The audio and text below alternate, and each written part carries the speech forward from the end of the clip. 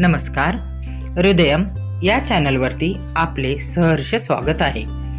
आज आपण या व्हिडिओमध्ये पाहणार आहोत गृहिणींचे मर्मस्थान, त्यांच्या आवडीचे स्थान म्हणजेच स्वयंपाकघर. प्रत्येक गृहिणीला, मग ती कोणत्याही वयोगटातील असो, स्वयंपाकघर हा तिच्या अत्यंत जिव्हाळ्याचा व आवडीचा विषय असतो. त्या जागेची ती राणी असते.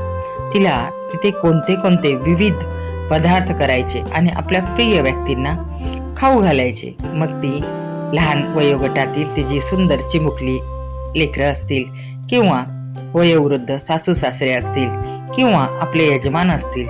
खरंच घरी येणाऱ्या प्रत्येक अतिथीचं हसून स्वागत करून त्यांना काही ना काही खाऊ घालणारी ही गृहिणी खरंच महान असते. गृहिणी नव्हे तर यामध्ये आमचे बंधुराज पण येतात, कारण काही ठिकाणी काही बंधुराजांनाही स्वयंपाकाची फार आवड असते.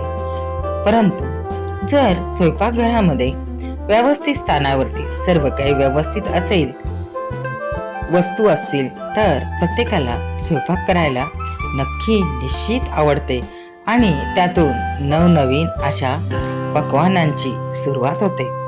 मग थोडे कधी कधी बिघडले पक्वान्न तर आपण सांभाळून घ्यायचं असतं, आहे की नाही गंमत? तर चला पाहूया सुंदर छान अशा किचन टिप्स.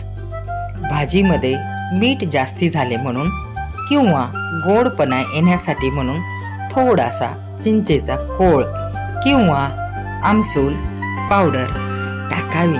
त्यामुळे भाजीला छान गोड आंबट अशी चव येते. भाजीमध्ये दही टाकल्यानंतर भाजी किंवा दही बिघडू नये म्हणून गॅस मंद ठेवा व दही भाजीत घाला. नीट हलवा. काही वेळेला आपण काही भाज्यांमध्ये दह्यांचा वापर करत असतो. अशा वेळी ही ट्रिक महत्त्वाची ठरेल. बटाटे पटकन शिजण्यासाठी त्यात थोडेसे मीठ घालावे व वरती झाकण लावून ठेवावे. बटाटे पटकन शिजतात. साल देखील व्यवस्थित लवकर निघतात. भाजीला जास्ती कुरकुरीत करण्यासाठी त्यात तांदळाचे पीठ घाला. मग ही ट्रिक भजी आणि भाजी दोन्हीसाठी उपयुक्त असेल. पनीर कडक होऊ नये म्हणून शेवटी त्यामध्ये थोडेसे मीठ घाला. भजीचे पीठ छान फुगवायचे असेल तर त्यात थोडे गरम तेल घाला व सुंदर रीतीने फेटून घ्या. कांदा कापताना नेहमीच गृहिणींच्या डोळ्यात पाणी येते. तसं होऊ नये म्हणून कांदा थोडा वेळ फ्रीजमध्ये अथवा पाण्याच्या बाउलमध्ये थोडा वेळ ठेवा आणि नंतर तो कापायला घ्या.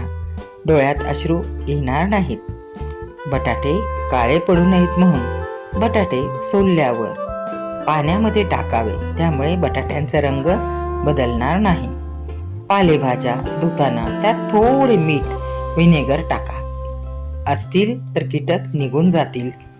भेंडीची भाजी चिकट होऊ नये म्हणून भाजी परतताना त्यात लिंबाचा रस वरून टाका. भेंडी चिकट होणार नाही. भरताची वांगी भाजताना वांग्याला वरून तेल लावा. साल भाजल्यानंतर पटकन निघते. तसेच दुसरी पद्धत म्हणजे भरताची वांगी भाजताना स्टीमवरती वाफेवरती देखील आपण भाजून घेऊ शकता.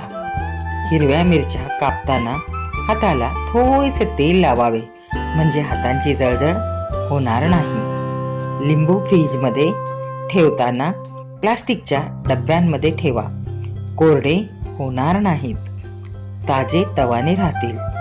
टोमॅटो फ्रीजच्या वरच्या ट्रेमध्ये ठेवा. जास्त काळ टिकतात. लाल रंग कायम राहतो.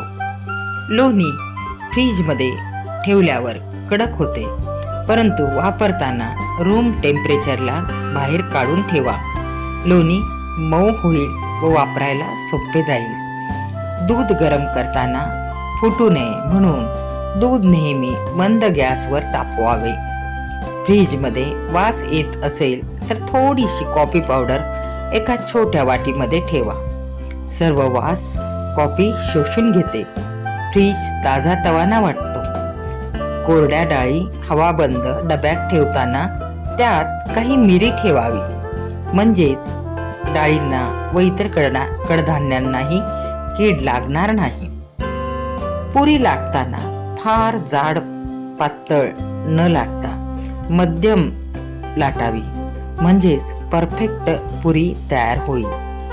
पुरीचे पीठ सैल असू नये, म्हणजेच पीठ मळताना थोडे कडक पीठ मळावे, म्हणजेच पुऱ्या मऊ व छान होतील, चिवट होणार नाहीत, छान फुगतील. पुरीच्या पिठात अर्धा वाटी रवा घाला. पुरी लवकर मऊ पडणार नाही, कुरकुरीत राहील. पुरीचे पीठ भिजवताना अर्धा चमचा साखर टाकल्यास पुऱ्यांना चमक येते. पुऱ्या जास्त वेळ फुगलेल्या व कडक राहतात, परंतु साखरेचे प्रमाण थोडे जास्त झाले तर पुऱ्या तेलकट होतात, म्हणून काळजी घेऊन हे सर्व करा. पुरीचे पीठ मळताना त्यात थोडे कडकडीत तेल किंवा त्याला आपण मोहन म्हणतो तापून घातल्यास पुऱ्या खुसखुशीत होतात, पण तेल जास्त पडले तर पुऱ्या तेलकट होतात.